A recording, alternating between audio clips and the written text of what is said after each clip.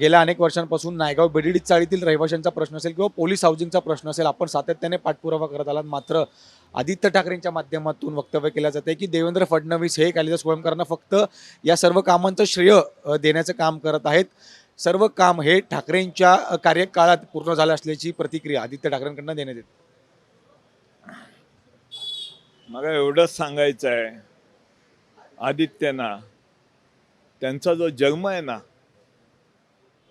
तो 1990 साली त्यांचा जन्म झाला आहे आणि 1990ला मी आमदार झालोय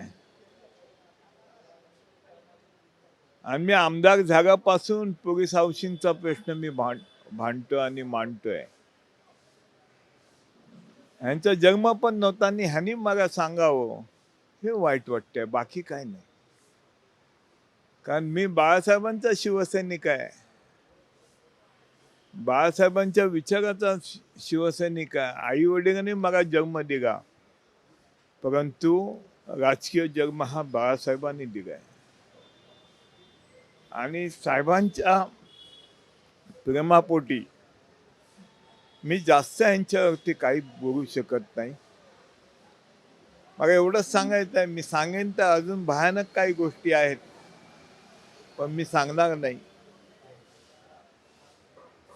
तो कुठेतरी साहेबांचं मी भक्त आहे, परंतु एवढं वर्ष मी काम करतोय. पोलीस हाऊसिंग माझा सामान्य पोलीसवाला सुद्धा सांगेल की कालिदास कोळंबकरांनी आमच्यासाठी काय केलं, कसे भांडतायत. आणि त्यासाठी देवेंद्रजी साहेबांनी ह्या कामाला ज्या पद्धतीने गती दिली आहे, मी आयुष्यात विसरू शकत नाही. आणि देवेंद्रजी होतेच म्हणून हे पोलीस हाऊसिंग भविष्याचं होते आहे. आता साहेबांनी 7 दिवसाची मुदत दिली आहे, त्यानंतर हे जे प्रश्न आहेत पोलीस हाऊसिंगचे, साहेब प्रश्न सोडवत आहेत. हाऊसमध्ये शब्द दिलाय आणि ते शब्दाला जागतात. तुम्हाला एवढं एकच उदाहरण सांगतो, ह्या माझ्या पोलीस बांधवांना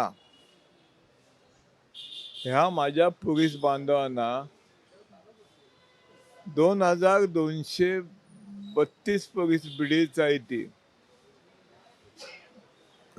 ह्यांना जे हे रूम द्यायचे होते, तेव्हा मागे ह्यांचं शासन असताना 50 लाख तुम्हाला पैसे भरावे लागतील म्हणून सांगितलं.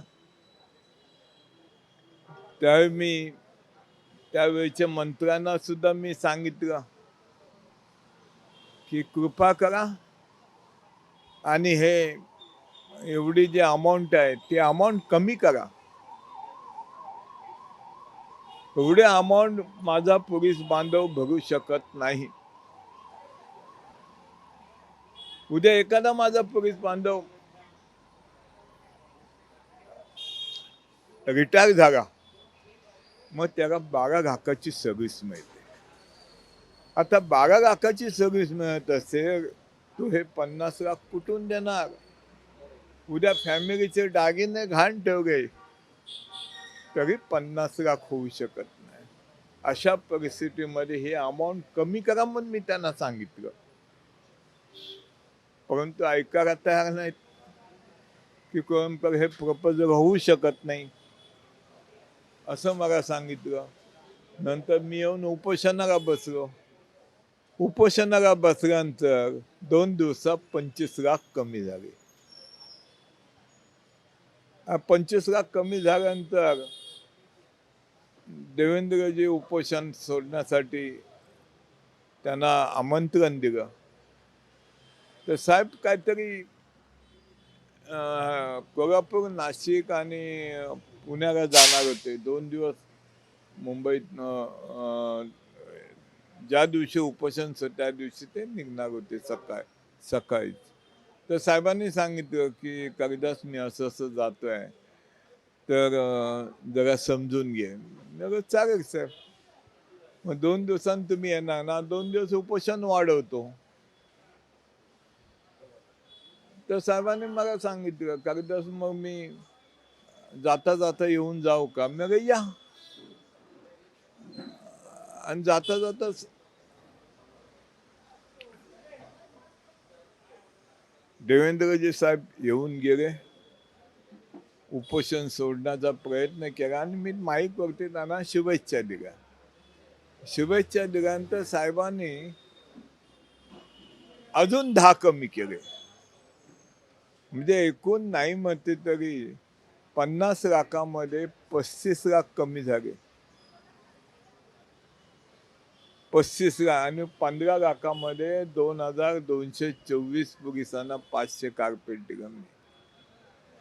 मला एवढंच सांगायचं आहे, त्यावेळी काय जे झोपले होते काय सांगतायत ते. म्हणजे सर हेच की जे तुम्ही कामं हे जी काही कामं केली यावेळी तुमचं कौतुक हे देवेंद्र फडणवीसांकडनं केलं गेलं, याच्या कुठेतरी विरोध म्हणून किंवा हे वक्तव्य केलं जातं. एक तुम्हाला सांगू का, शेवटी माझ्या पक्षाचा नेता आहे, मी पक्ष वाढवतोय. उद्या जाऊन पक्ष संपवत नाहीये, पक्ष वाढवतोय मी. आणि माझा नेता बावा करणारच. आणि माझ्या नेत्याने काम केलं, त्यांनी काम केलं, त्यांचं नाव मी घेणारच. त्यांची कुठे नाव घेऊ बसू मी. यांची नावं घेण्यासाठी आणि केलं काय तेवढं मला समजू दे. करणारे बिचारे निघून गेले. आज आम्ही दिसतोय त्यांच्यामुळे, पण ते बिचारे नाहीये तिथे. आणि ह्यांनी किती दिवस कोणाच्या नावावर जगायचा हा पण विचार करा.